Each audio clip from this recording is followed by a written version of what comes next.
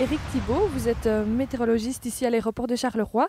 Quelles tâches êtes-vous amené à exercer au quotidien? Première tâche essentielle pour un météorologiste, c'est l'observation. Dans un premier temps, on collecte des informations qui proviennent des stations météo. On collecte des informations relatives à la température, l'humidité, le vent, vitesse et direction, la pression, la visibilité, le type de nuage et sa hauteur, hein, et le temps qu'il fait sur l'aéroport, donc pluie ou neige. Bon, ici, le vent, il vient du secteur sud-est. Il est très faible, mais il faut savoir que si le vent avait été beaucoup plus fort, par exemple 10 à 15 nœuds, ça veut dire 20 à 30 km/h, l'avion n'aurait pas pu atterrir dans ce sens-là, mais dans l'autre sens. Pourquoi? Parce que s'il atterrit dans ce sens-là, il a vent contre le dos, hein, et en vent assez fort, on peut le plaquer contre le sol. Ensuite, il y a des tâches de prévision proprement dites. Alors nous, ici à Belgo Control, ce qu'on fait, on fait des prévisions jusqu'à un horizon de 4 à 5 jours. C'est une tendance éventuellement pour anticiper un phénomène. Par exemple, une tempête de neige qui va se produire dans les 48 heures, c'est bien qu'on le sache.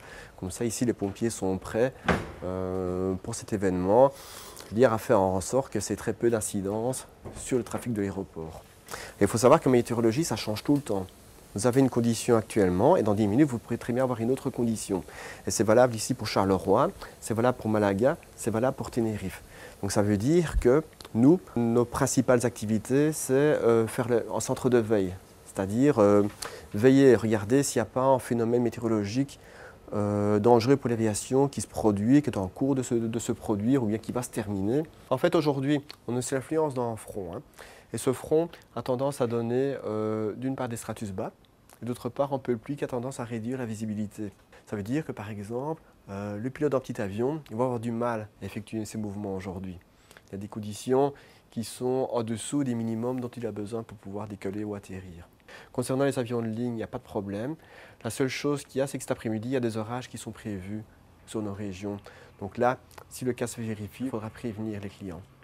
Donc dans le rapport que je vais envoyer maintenant, je vais donner les conditions météo qui règnent maintenant sur l'aéroport et une tendance pour les 2 prochaines heures. D'une part, ici, c'est une gestion en temps réel.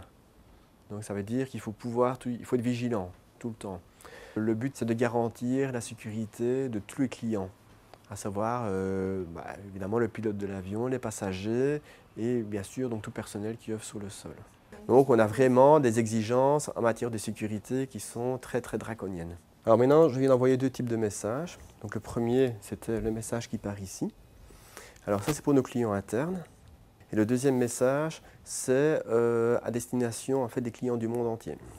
Quelqu'un qui vient de New York, qui vient ici à Bruxelles, a besoin de savoir le temps qu'il va faire dans les 12 heures. Le pilote qui, par exemple, arrive dans l'espace belge, à un certain moment, il va pouvoir contacter ce système d'information et avoir en 30 secondes un résumé complet de ce qui se passe sur l'aéroport de Charleroi. Donc avant, tout était fait manuellement. Aujourd'hui, on travaille avec des produits numériques, comme c'est le cas ici. Hein. On travaille avec des imageries satellitaires, on travaille avec des images radar, un géographe qui fait une licence en météorologie appliquée, a un cursus en informatique suffisant que pour pouvoir faire face à un tel projet. C'est un très chouette métier. Météorologie, c'est très beau parce que ça change tout le temps. Pour celui qui aime bien le changement, c'est un métier idéal. C'est une passion, donc je l'ai depuis ma plus tendre enfance, elle me poursuit depuis lors. Hein. C'est quelque chose qui vous poursuit toute votre vie.